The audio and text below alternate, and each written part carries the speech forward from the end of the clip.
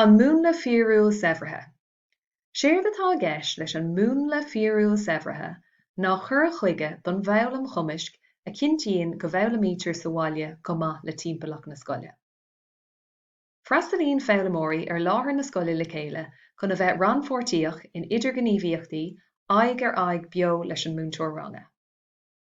Gnéadh-thábhachtach den chur chuige seo sea nach bhfuil sé riachtanach go bhfreastalóidh na daltaí ar an scoil gach lá a rith na seachtaine, agus iad ag úsáid an bhealaí foghlaime chumisc.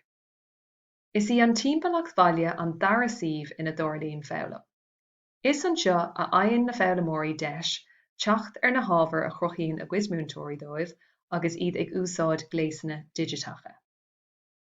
Ar an mbealach seo is féidir le foghlaimeoirí gníomhaíochtaí a chríochnú ar líne, freastal ar chursaí ar líne agus cumarsáide dhéanamh lena múinteoir agus gur féidir leis an múinteoir aiseolalas a thabhairt ar an obair atá críochnithe acu.